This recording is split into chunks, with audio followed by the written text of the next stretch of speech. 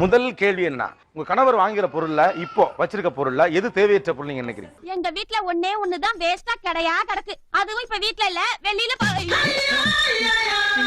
ஒன்னு இருக்கிற பொருளே டபுளா வாங்க வேண்டாம். அதாவது எங்க வீட்டுல டிவி இருக்கு சார், அது இன்னொன்னு ஒரு டிவி, எல்இடி டிவி, அது தேவையில்லை. ஆரம்பமே ரொம்ப கஷ்டம்டாப்பா. worth 1.5 lakhs. It's waste of money. 1.5 lakhs.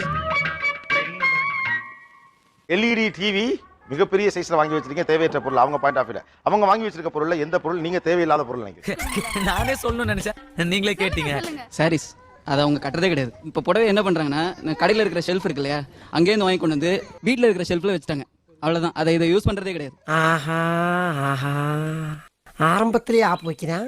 ஒரு ட்ரெஸ்ஸுக்கும் ஒரு பேக் எடுத்துட்டு போவேன் அப்படின்னு சொல்லுவாங்க.